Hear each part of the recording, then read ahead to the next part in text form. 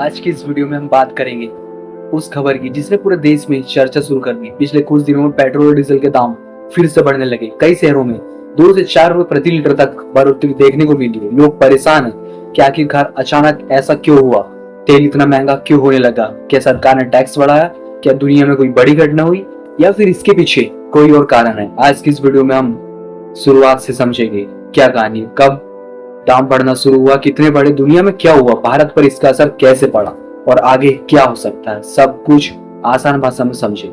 सबसे पहले अप्रैल 2026 के आखिरी हफ्ते तक अंतर्राष्ट्रीय बाजार कच्चे तेल क्रूड ऑयल की कीमत लगभग $74 प्रति बैरल चल रही थी। उस समय भारत में पेट्रोल के दाम कई शहरों में स्थिर थे और लोगों को ज्यादा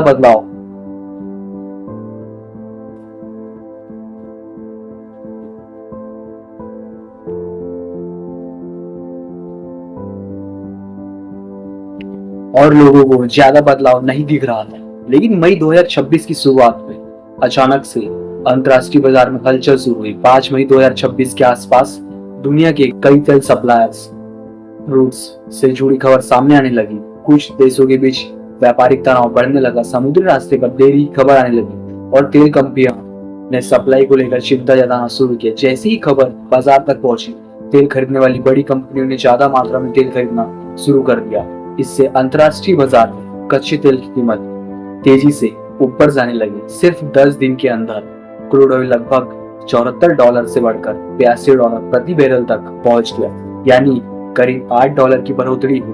अब आपको लगता है कि इससे भारत पर इतना असर क्यों पड़ा? इसी कारण यह है कि भारत अपनी जरूरत का 85% तेल दूसरे देश से खरीदता है। जब बाहर से तेल मंगाते हैं तो भारत को भी ज्यादा पैसा देना पड़ता है। अब समझिए कि इसका असर सीधे पेट्रोल पंप तक कैसे पहुंचता है। जब भारत महंगा कच्चा तेल खरीदता है तो रिफाइनरी में उसे पेट्रोल और डीजल में बदलने की लागत भी बढ़ जाती है। फिर ट्रांसपोर्ट खर्चा जुड़ता है, टैक्स जुड़ता है और आखिर में वही कीमत आम आदमी तक पहुंचती है।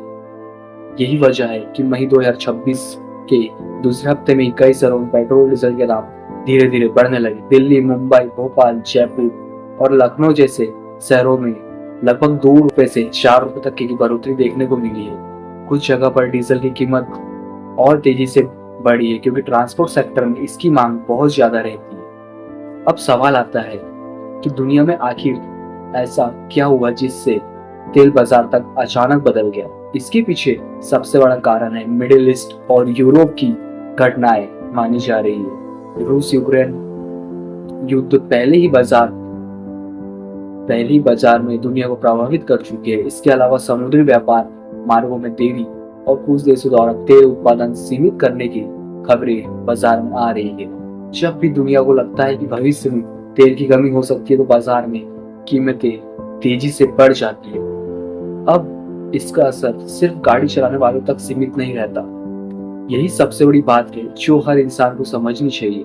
भारत में लगभग हर सामान ट्रक और मालवाहक गाड़ियों से एक जगह से दूसरी जगह पहुंचाया जाता है। सब्जी, दूध, राशन, दवाइयाँ, गैस सिलेंडर और ऑनलाइन सामान सब कुछ डीजल वाहनों से आता है। जब डीजल महंगा होता है तो ट्रांसपोर्ट का खर्चा बढ़ जाता है और धीरे धीरे बाजार में चीजें महंगी होने लगती है।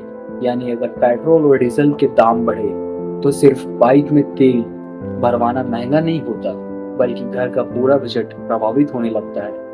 यही कारण है कि तेल की कीमतों को पूरी अर्थव्यवस्था से जोड़कर देखा जाता है। अब बात करते हैं सरकार की।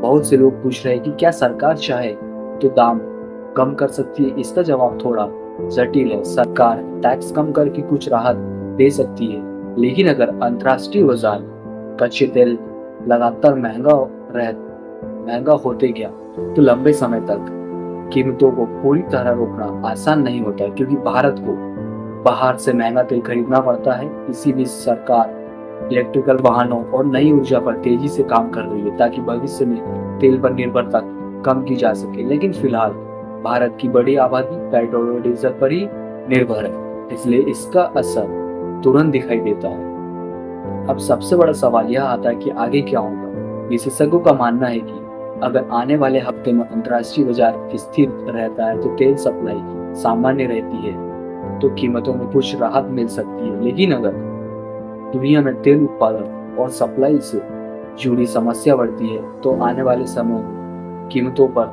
दबाव बना रह सकता है। तो दोस्तों यही है पेट्रोल और डीजल के बढ़ते दामों की पूरी सच्चाई। यह सिर्फ एक छोटी खबर नहीं बल्कि पूरी दुनिया की आर्थिक गतिविधियों से जुड़ा हुआ मामला है। उम्मीद है कि इस वीडियो में आपको पूरी जानकारी आसान और साफ भाषा में समझ आई हो। अगर आपको यह वीडियो पसंद आई हो तो इसे शेयर जरूर करें ताकि ज़्यादा लोगों तक सही जानकारी पहुंच सके और ऐसे ही आसान और अच्छी वीडियो देखने के लिए हमारे साथ जुड़े रहिए। जय हिंद, जय भारत।